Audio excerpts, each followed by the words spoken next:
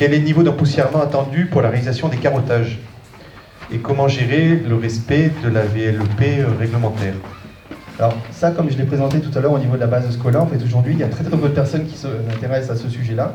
Et normalement, tous les opérateurs de repérage, pour valider leur processus, devraient réaliser en fait leurs propres mesures sur opérateur. Donc aujourd'hui, l'INRS, dans ses études, a estimé, en fonction des méthodologies qui sont testées, en gros qu'un carottage, on pouvait être exposé entre 3 et 7 à 8 fibres au moment de la phase de prélèvement. Moi, avec la solution que j'ai développée, en fait, je suis à 0 fibre, parce que j'utilise, en fait, par exemple, tout ce qui est à disposition aujourd'hui pour les prélèvements, l'abattement des poussières avec une brumisation, du gel hydrique, en fait, pour plaquer les poussières, en fait, au niveau de l'amorce du carottage. Et moi, donc voilà, j'arrive à être à 0 fibre, en fait, et donc à me dispenser du port de pays mode cosmonaute, en fait, en portant juste des masques. Autre question, Thierry. Quelle cartographie pour quels usages? Cartographier seulement la surface, finalement, ou en 3D? Est-ce que finalement on va aller sur cette méthode de cartographie Alors aujourd'hui, malheureusement, c'est ce que j'évoquais tout à l'heure, en fait. La cartographie à l'économie, c'est faire une analyse de la carotte complète.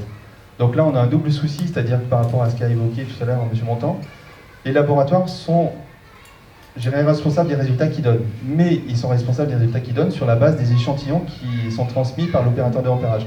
Donc aujourd'hui, si on fait une analyse d'une carotte entière, dont on a mélangé de façon non, je dirais, homogène toutes les couches, on ne va pas être capable de cartographier sur la totalité de l'épaisseur de la chaussée, en fait, le résultat amiante ou HAP.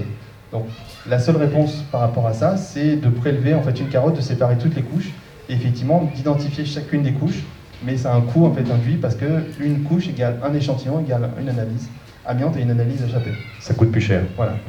En termes d'innovation, puisque c'est un sujet que tu défends, en termes d'innovation pour une cartographie plus précise en rapport avec les futures obligations de la norme, est-ce que tu en vois?